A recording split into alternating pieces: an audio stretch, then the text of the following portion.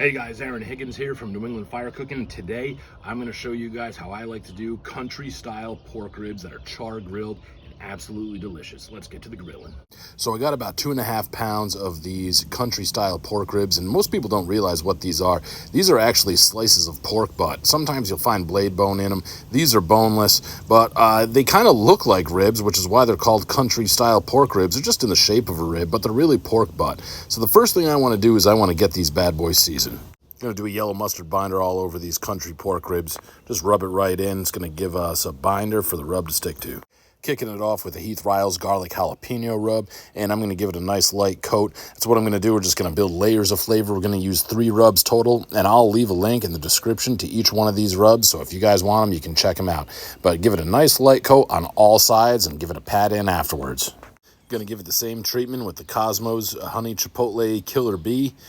Light coating on all sides, pat it right in. Last up is the Heath Riles Honey Rub. Same thing, just give it a nice even coating across, pat it in, let them hang out for 15 minutes while I fire up the smoker. Okay, got the Traeger Pro 34 fired up. We're running right at 275 degrees today on hickory pellets. These got a nice good sweat on them, and I set them right in the center of the rack. We're going to get it closed and come back in about an hour and a half and see how we're doing. In the meantime, we're going to make a nice saucy bath for these ribs. So we're going to start out with 1/3 cup of this Jack and Coke, another 1/3 cup of this barbecue glaze by Heath Riles, the brown sugar honey habanero, and finally some Touch of Heat by Rufus Teague. And I'm just going to eyeball it here, and I'm probably going to do about 2/3 cup of this stuff, if I were to guess. Now give it a mix.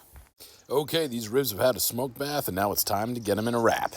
Got them on some foil, drizzling the sauce right over the top of them. We're going to wrap them up and throw them right back on the grill, and we'll come back in about another hour. So after an hour, these guys were probe tender. Now I drain the sauce, and it's time to get some char on these bad boys.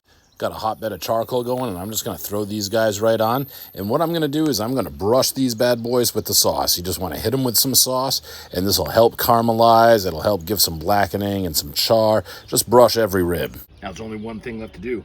Let's take a bite. I'm going to take this and it's just pulling right apart. Yeah. A lot of people don't realize that you can get some delicious barbecue pork candy in just a couple of hours.